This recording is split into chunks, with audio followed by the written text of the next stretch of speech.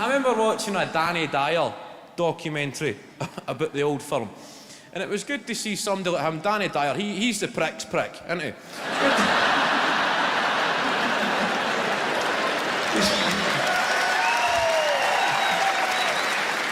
It's good to see him. No, some nights you just flick through the channels and you see he's on Britain's Most Deadliest Men, him talking to some big wall puncher.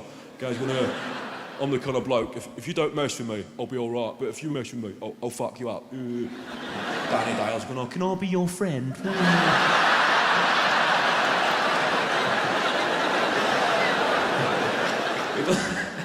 He done a special on football rivalries, and he was outside Ibrox in the morning of an Old Firm game, and he's talking to the camera. This guy made me laugh. He's going Celtic and the Catholics and Rangers and the Protestants. I'm outside the stadium on Old Firm Day, one of football's most deadliest rivalries. I'm here outside the stadium on match day, and I'm not afraid to say, I am fucking shaking. There's people walking behind him, just waving at the camera, going...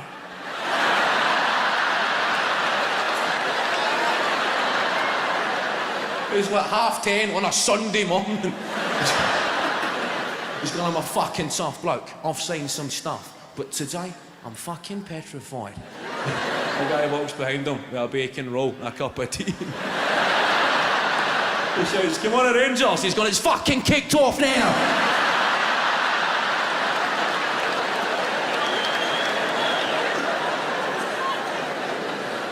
Have we got any English in? Woo, just one person there. I think we're anti-English, Scotland is. If people confuse us for why don't you support us in major football tournaments? It's every 2 years, you let me get this straight, you actively support the other teams because they're playing England, don't you? That's pretty much it, mate.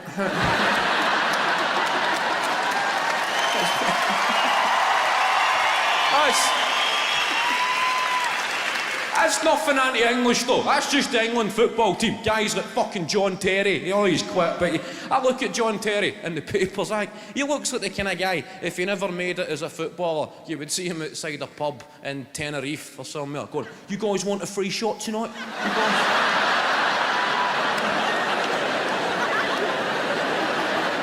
What's the plan tonight, lads? Coming down to Bull's Head for a free Sambuca? Come on down.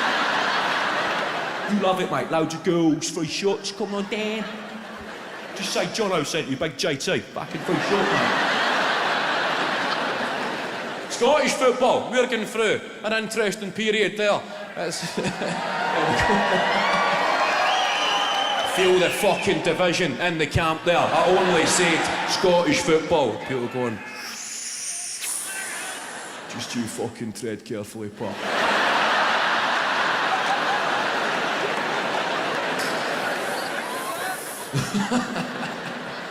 I remember watching a Danny Dyer documentary about the old firm, and it was good to see somebody like him. Danny Dyer, he's the prick's prick, isn't he?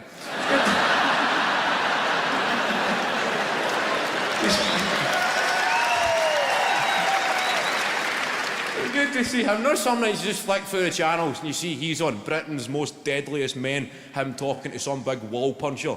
Guys, I'm the kind of bloke, if you don't mess with me, I'll be all right, but if you mess with me, I'll fuck you up. Danny Dyer's going, can I be your friend?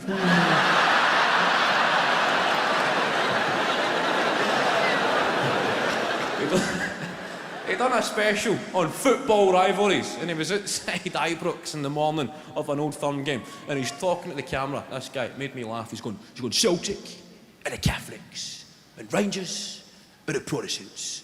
I'm outside the stadium on Old Firm Day, one of football's most deadliest rivalries. I'm here outside the stadium on match day, and I'm not afraid to say, I am fucking shaking.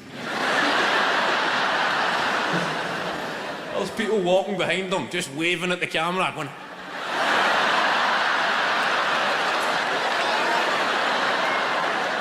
It was like 10:30 on a Sunday morning.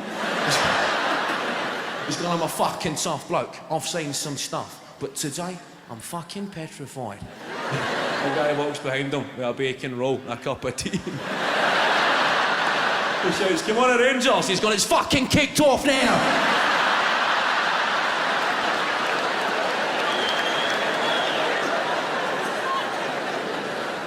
It's a tough one to explain. Scottish football, which actually happened up there, wasn't it? A two-horse race? That's it, mate. We lost a horse. That's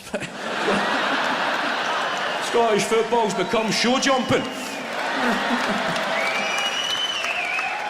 I don't know how they're feeling. I know we're fucking getting a wee bit, tense in there, but I had to laugh at it. Rangers Football Club, they owed a lot of fucking people money. I read the list of everybody that was owed money, and it just got fucking surreal. They owed like 60 quid was owed to a local newsagent, right? These small sums that made it mental. About 60 quid to a local taxi firm. And then the one that made me chuckle, it said £40 was owed to a local Glasgow face painting company. And I had to read it a few times. Does that say face painting company? How the fuck did they... 40 quid to a face painting company. And the newspaper article never explained why. There was no backup information, just left that there. As if that's a common footballing expense.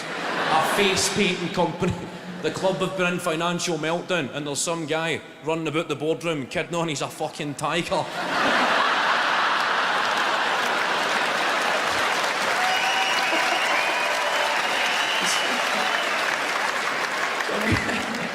Some guy just opening doors going, "Arrgh!"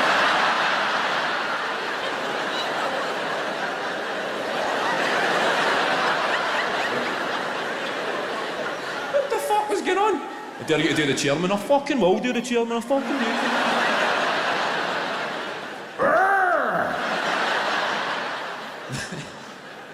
The boardroom going, will you go and wash your face, you fucking idiot? Try to fix his accounts here. Sorry about him, boys. Fucking 40 quid he spent on that.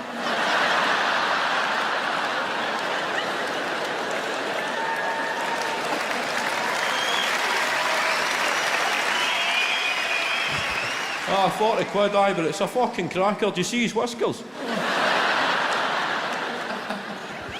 I've never understood that, the religious divide. I've never understood that. One side shouting, fuck the Pope, the other side shouting, God bless the Pope. I don't think the Pope gives a fuck about the SPL. I think the Pope's a Bundesliga man.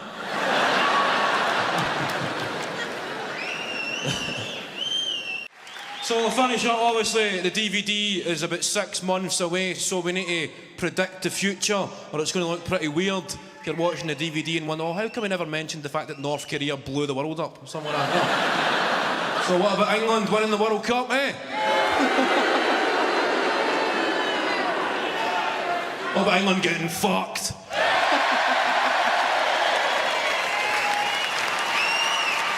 We'll wait and see what one of them makes the edit. Ladies and gentlemen, good night. Have a great journey home. God bless. Thank you.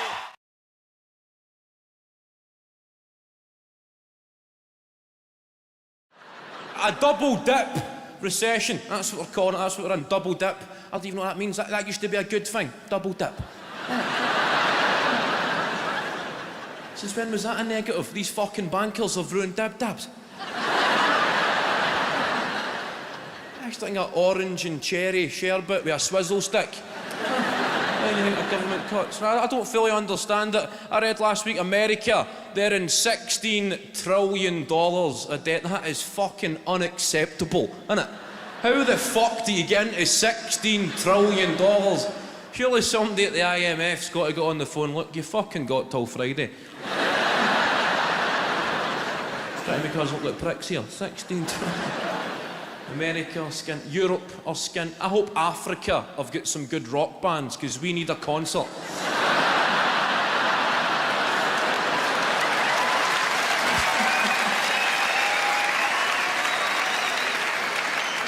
That's my solution. It's their fucking round.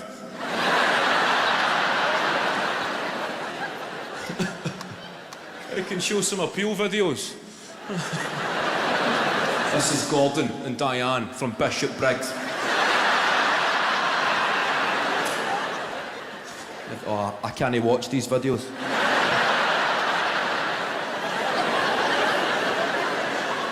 Why do they always show you this stuff when you're having your tea? Do you notice that? Gordon and Diane, like so many others, took out a fixed rate mortgage. Everybody's going off.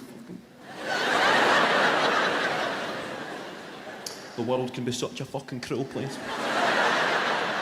Puts things into perspective. It was only this morning I had the cheek to moan about having to walk 20 miles for clean water. Then you fucking see this.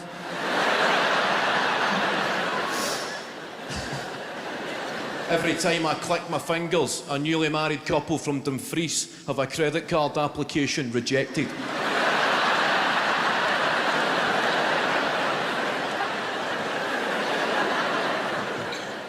A double dip recession. I've got mates who've lost their job. I know people who have went beyond unemployed. I've got people in my social circle. I've got friends who I can only describe as being unemployed as fuck. I know that's not fully utilising the English language, but that's what's being created these days. People who have just been forgotten about, people who are unemployed as fuck. They've just been forced to embrace the rut they're in. They're sat at home, they've got their routines, home's under the hammer, then it's man versus food. They're fucking adamant they've been missold PPI.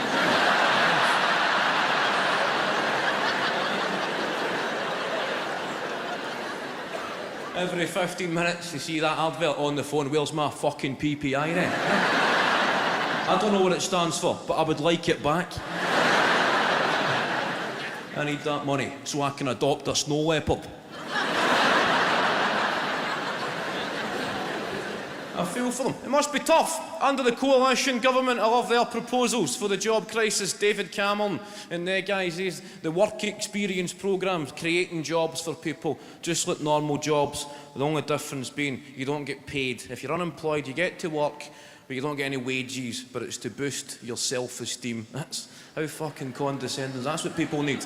Last Friday of the month, I'm going to go and check and see if my self-esteem's in.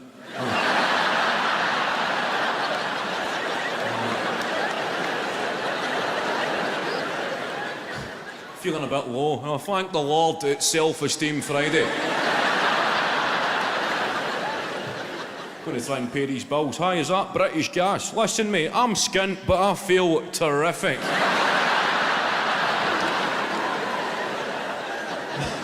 I'm wondering, are you prepared to accept self-esteem? Or maybe I can go on Skype and just smile at you. How's that?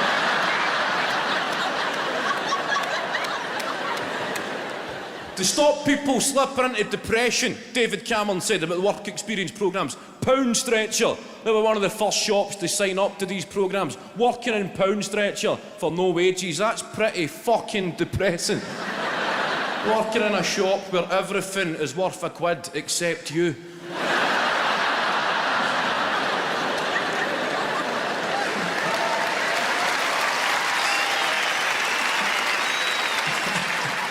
About as depressing as it gets. And I know, you look at these guys, now what the fuck would David Cameron know about being unemployed? Now, he's never been unemployed as fuck. David Cameron's never woke up at 3 o'clock in the afternoon.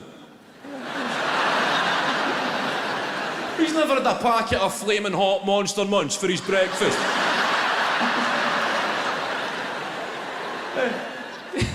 David Cameron's never known that feeling of waking up at 3 in the afternoon and your only goal for the day is to try and piss a skid mark off the inside of your toilet.